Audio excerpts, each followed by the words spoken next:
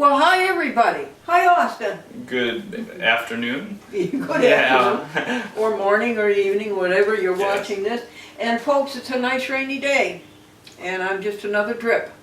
And Austin, I would like to know if you would talk to the people about this magazine. It's a publication of the American Vegan Society. And just tell us some of the articles that are in there. First of all, maybe do it at your pace. Yes. Now, did we start this one in the last episode, or was that a different magazine we started?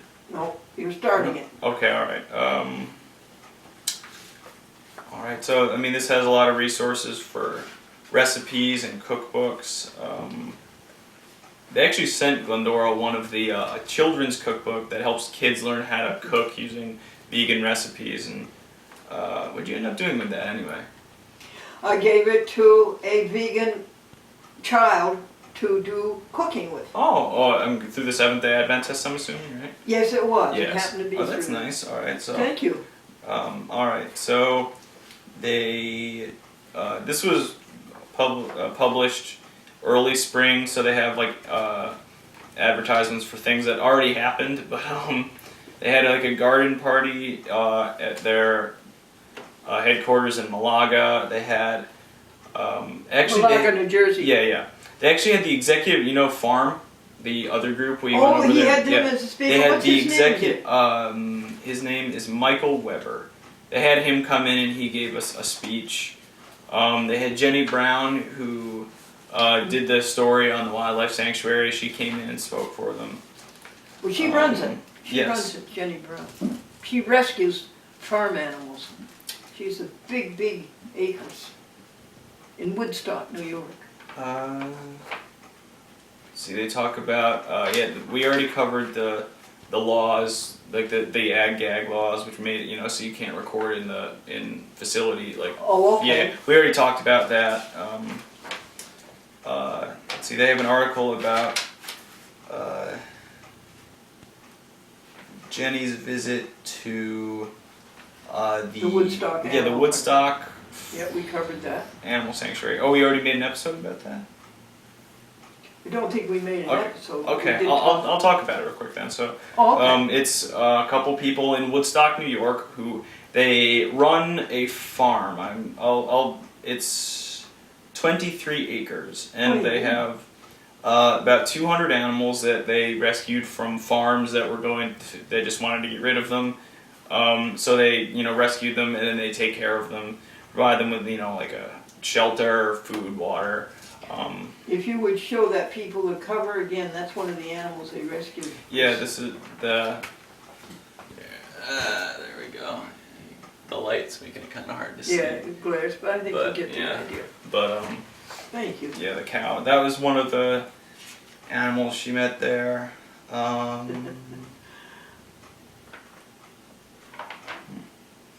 see, there's also.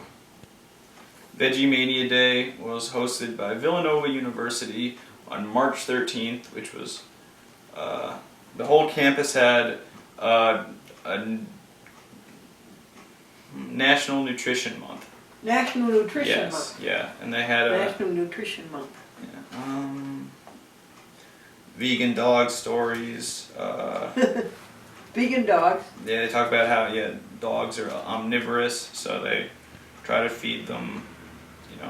Yes, it's easy to make a dog a vegetarian. It takes a little doing with a cat, but let me tell you folks that it's really easy. With a cat, you buy these Worthington Foods and Loma Linda meat analogs, like fried chick and like Swiss steak. They're made from grains. And you buy tender bits and vegetarian hamburgers. And you buy roasts and all kinds of chicken substitutes, and you just crunch them up into small pieces and you put nutritional yeast on them. You can get that in any health food store, nutritional yeast. And now you do that for 2 days and now your cat's a vegetarian. All right, they have an obituary for one of the For Brian Gun King. Gun King? Yes. How you spell it, Jim? GUNN-KING. Oh, Brian Gun-King. Yes. Okay. Yes. He was, 1933 to 2013. I think he was from Northern Ireland. He was Honorary General Secretary of the International Vegetarian Union 1968 to 1979. And he had a central role in organizing several international vegetarian congresses in England, India, Israel, Holland, Sweden, and the United States. Wow, what good he did. They worked with Jay and Freya Dinsha, the founders of the American Vegan Society. American Vegan Society of Malaga, New Jersey. He was, and I believe he was instrumental in getting it up and going. He became vegetarian in his teens and vegan soon after.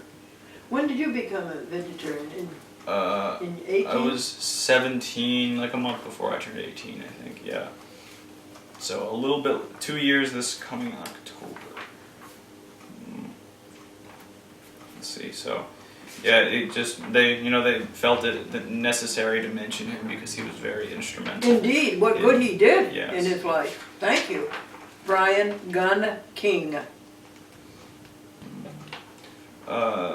Wegmans, which is a upscale gourmet supermarket out in Rochester. Yeah. Yeah. They do a lot for vegetarians. Yeah, they just talking about how they've expanded their vegan and vegetarian sections. Yeah, I wish more of our supermarkets would do that. Although Price Chopper does it and Hannaford's does it. The best one I think of all for a vegetarian is ShopRite. Alright, and then top 10 ways to eat well and save money. What? Eat well and save money. Yes. Yes, definitely. So, we waste a lot of money on bad food. yeah, so I'll go over basically some of it. So make your own food at home rather than going out to a restaurant is one of them because it costs a lot of money. Oh, yeah. Use bulk bins, so buying beans, whole grains, and other non-perishables in bulk bins saves you. What's a bulk bin? Like buying like very large containers. Oh, and they give you a container? You know, yeah. Like rather than buying like a small bag of rice, buying like the big 20-pound bag, that kind of stuff. Cook in quantity. So you making big sauces, pots of soup, casseroles, and other meals saves time in the long run. So making a very large amount of food at once and then just reheating it later on, which yeah, we do a lot at my house. Growing your own food in a garden, it makes it so you don't have to buy anything, and seeds are extremely cheap. And it does take a little bit of upkeep, but I mean, all the food you get from it is free after you buy the seeds. Free after you buy the seeds.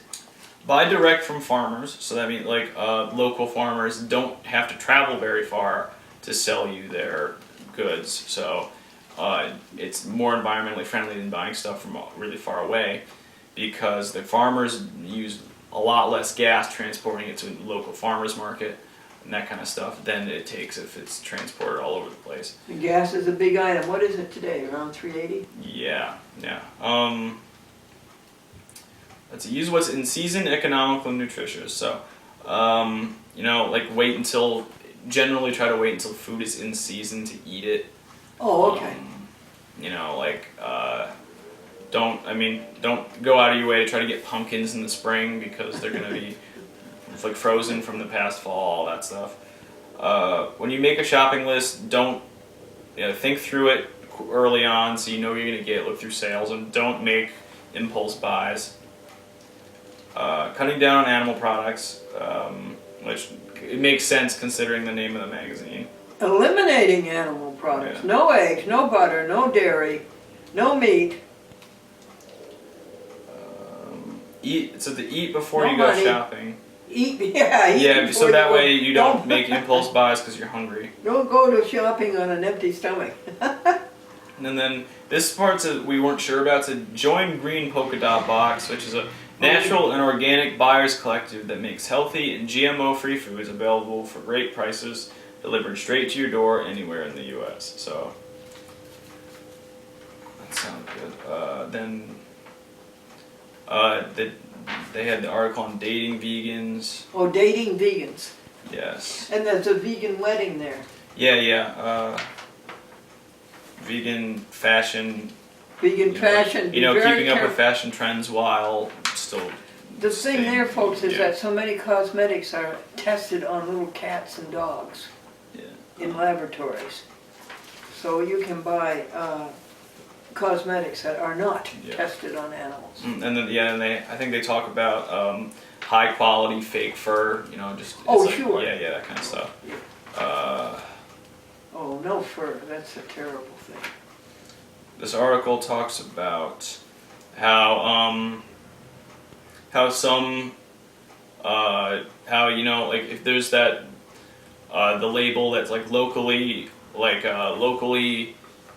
Grown? grass fed, like free range, like with like the cows and stuff, how it's not actually as sustainable as it makes it out to be, because for example, like goats, they put a ring around their neck to where if like a coyote goes after them or something and they bite the ring, then the coyote is like poisons them and they die, and then the goat dies anyway too, like if that happens. So like it's detrimental to the environment, because you get like the poison stuff on the collars. Let's see. This is the American Vegan Society publication. I think it comes out every quarter. The economy is supposed to pick up in the last quarter. And the man says, it's a good thing I'm down in my last quarter. And this is about sugar, like different types of sugars, how some of them sugars. are worse for you than others. This is kind of partially covered under when I mentioned carbs the other day. How carbohydrates are a type of sugar, and one of the and a lot harder to break down than proteins. So they change into sugars. It's like a type of them. They break down into simple sugars, and which again raise glycemic index and can. So he talks about how let's see. I'll just skip to the end part that has the best type. The sweetener and the calories, which is based exactly upon the amount of sugar in it. So stevia is a sweetener, and it's a naturally sweet leaf with a bitter aftertaste. Erythritol is 65% of sweetest sugar, cooling on the mouth and tooth friendly, and has 6 calories per ounce of it. An ounce is a decent amount of like sugar or something. Xylitol is safer for diabetics and tooth friendly. Maple syrup is tooth. Yeah, that's up to 65 calories per ounce, so they jump pretty quickly. Maple syrup is 73 calories per ounce. It's expensive though, and if organic, it does not contain formaldehyde, which I don't think you want formaldehyde. And then the one that is is in bold is dates at 78. One of the most natural sweeteners and healthy, so. Dates. And then it goes up to like white sugar, and like those have a lot of sucrose in them. I'll see if I can find something about that. These soft drinks are terrible on sugar. Terrible for sugar. Sucrose is broken into. Glucose circulates as blood sugar. Much of fructose gets converted to fat. Yeah. Okay. Recipes. Lots of recipes. There are a lot of books published recently. That's about it for this one. Okay. All right. Hang on one minute. Let me check on our timing. You're going to check on the time? It's all right. It can run. We can take it and cue it out. Here is the we're at 14 minutes. Cookbook for the children, and then doesn't it list some nice books? Yeah. Could you list a few of those books? Just a few of them? Yeah, sure. It's here. I'll find it. Okay. There are so many books coming out on being vegan and plant-based diet and vegetarian. So many books are coming out. This one lists about 12. It's in the back. And they're having an International Vegetarian Congress in Malaysia and they have a picture of Malaysia here, and it looks bigger than New York City.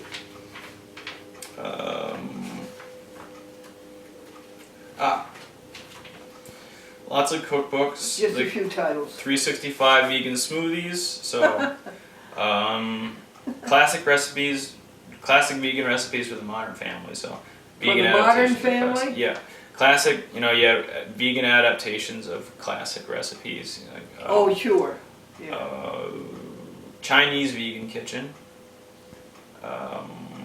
Raw food for dummies, which is like eating things very, like without really much preparation. Like straight fruits, straight like salads without like adding any like croutons or anything. I don't think like that kind of stuff. Quick and easy vegan slow cooking, etc.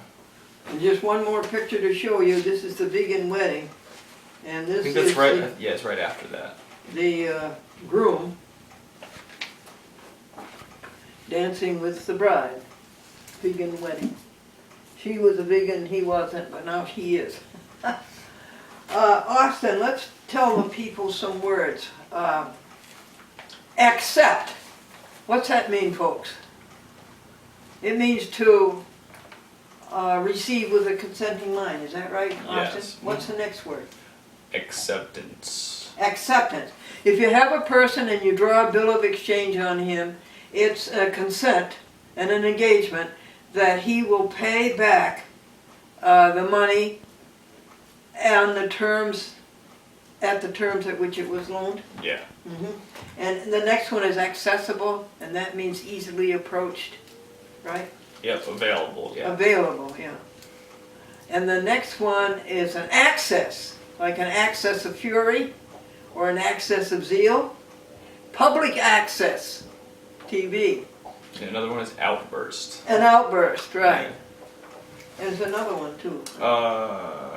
On that definition. Fit of passion. Yeah, fit of passion. And the next one is accession.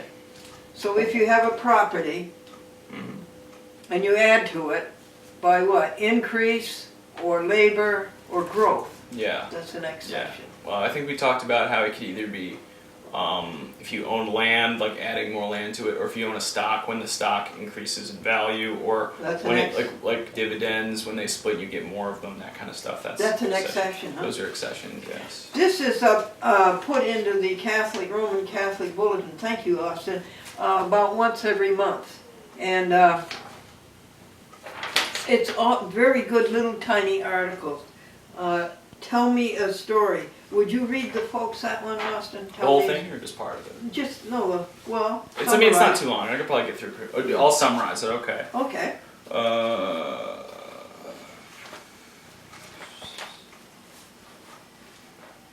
Alright, so when someone confides in you a struggle he or she is experiencing, consider drawing an analogy to a similar experience in your own life. Include how you felt and how God supported you. And how God supported you. So, perhaps there was a time when hearing or reading a gospel or a homily spoke to your situation and gave you hope or direction. Help your listener turn to Scripture for inspiration. So, refer them to the ones that, you could relate to. In the Bible. Yeah. When the person tells you about a thing bad that's happening to them, try to find a similar one that happened to you, and then try to find a similar one in the Bible. Yes. And the final part, it says, we can't all be preachers, but we can all be storytellers. We each have a love story of how God has reached out to us. Sharing something so personal can help others see that God can work in their lives too. Yeah. You know what you're missing in this picture, folks? You're missing the plants. They're outdoors now. And Austin just repotted them. Gave them bigger pots and new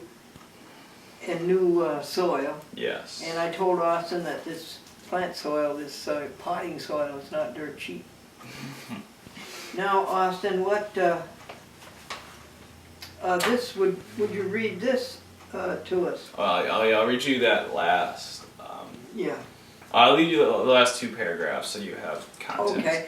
This is the project that we're trying to do for God for the month of August. And what's the Bible passage up here? If you love your friends. If you love those who love you, what credit is that to you? What credit is that to you? Yeah, for even sinners love those who love them. Okay, that's what we're trying to do. Love those that All right, I'll read you the love part. our enemies. The part of the of this that you liked. So, Okay. Our Heavenly Father loves us not because we are good or spiritually beautiful and therefore deserving of God's attention and benevolence. Rather, in loving us, He creates in us the goodness and the spiritual beauty of His grace, drawing us to become His friends and His children. I like it. Read that last sentence again, please. Rather, in loving us, He creates in us the goodness and the spiritual beauty of His grace, drawing us to become His friends and His children. Oh, that's lovely. Do you want me to read the dolphin article? Oh, yes. Yeah, I thought that was pretty interesting. Austin found this just going through the computer, didn't you? Yes. All right. Dolphins. So, recently in India, I'll give a brief overview and I'll go into more detail. So they recognize dolphins as non-human persons, which means non-human persons. So they're trying to instill more rights for them, so they aren't treated like they're stupid, because they're not. So in a continuation of the process that saw white supremacy become less acceptable, hopefully we can see human supremacy also begin to fade away. This is from an article on firedoglake.com. Firedoglake.com. Yes.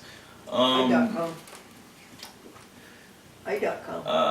I'd say that the following is very welcome news. India has officially recognized dolphins as non-human persons whose right to life and liberty must be respected. Dolphin parks that were being built across the country will instead be shut down. One of the primal flaws of our culture is that human needs are almost always placed first. In this fact, combined with an ever-growing human population, leads to humans becoming a type of cancer to the Earth's biosphere. However, news like this is a good sign. If only other countries will be motivated to follow in India's footsteps, we can begin to move in a better direction. And then there's a thing from BBC World News, actually, which is, dolphins deserve the same rights as humans, say some scientists. So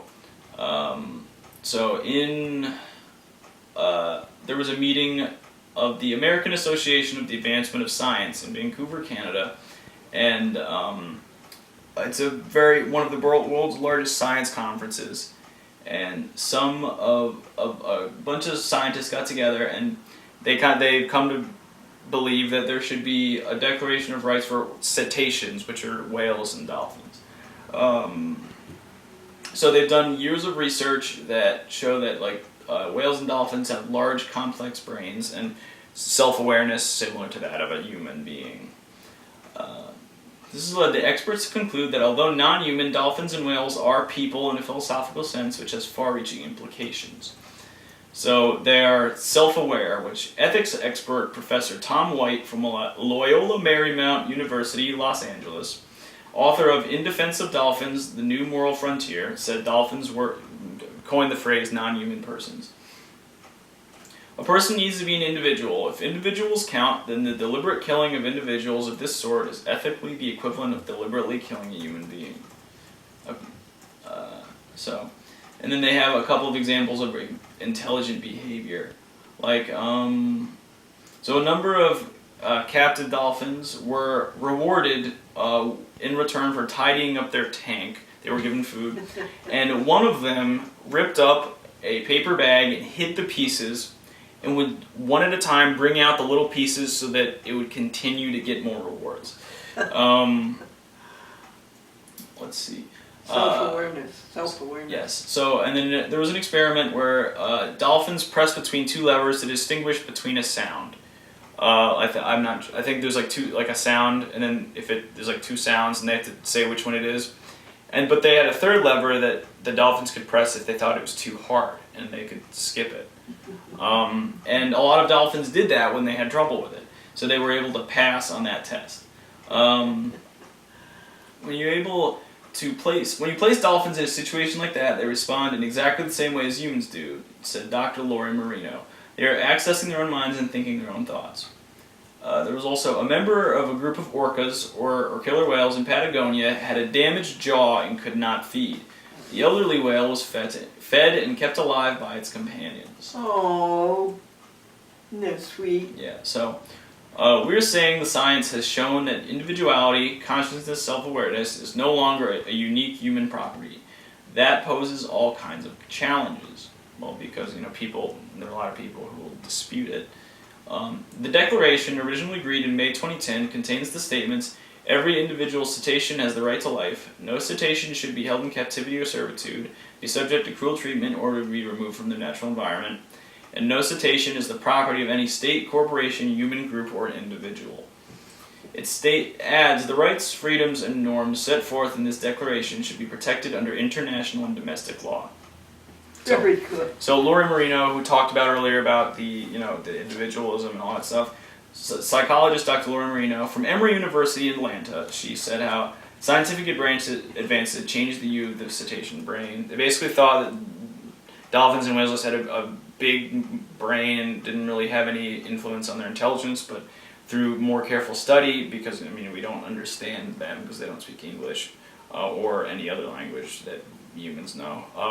Through observing them and various scientific advances in brain scanning technology, they know that dolphins and whales have brains that are very complex and that is very near the complexity of human beings. In other words, they're not simple-minded. Yes. Dolphins have a sense of self which can be tested the way they recognize themselves in mirrors. When you get up in the mirror and you get up in the morning and look in the mirror, you see you and you know that it's you. And dolphins have a similar sense. Now, the reason they said this might be a problem, getting this to become a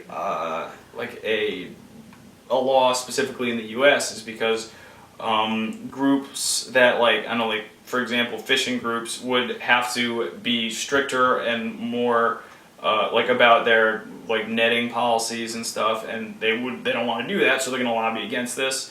SeaWorld and everyone related to SeaWorld is going to have a big hissy fit about this because no more Shamu, that means. That's probably a good thing. But they're not going to be happy about it, so they're going to try to oppose opposition to this. Leave the fish alone, just be vegetarian. Be plant-based. Well, thank you, Austin. Yeah, but that's most of that. And yeah. We're getting close to 30 minutes. Okay. I'll go check the specific time on the... All right. These are some points that's going on in the sky. We just talked about what was going on in the water. And there's one point here is that we have lots of equipment on all of the planets except Venus, but if we don't study Venus, pretty soon we may lose the information that Venus gives us about Earth. Yeah, having to do with the formation of the solar system and that kind of stuff. Was there anything else in this article, this book, that you wanted people nothing to that know? jumped out, but I didn't get to go through the whole thing. We have another minute or so I can see if I can find anything in this last couple moments. We don't have a character generator where you can superimpose words on the screen so we can tell you the date and the location. It's gone. It retired itself. It had done exemplar work all the way from 2004 up through 2013 so far. So one of the projects Austin is doing is looking at eBay to find another character generator. Dear Data Video, you couldn't have done better. Data Video, easy, Data 10. Yeah, I think that's... there's probably some interesting things in there, but nothing jumped out, though. All righty. So Is it time to say goodbye? I believe so. We're at about 29-ish minutes. And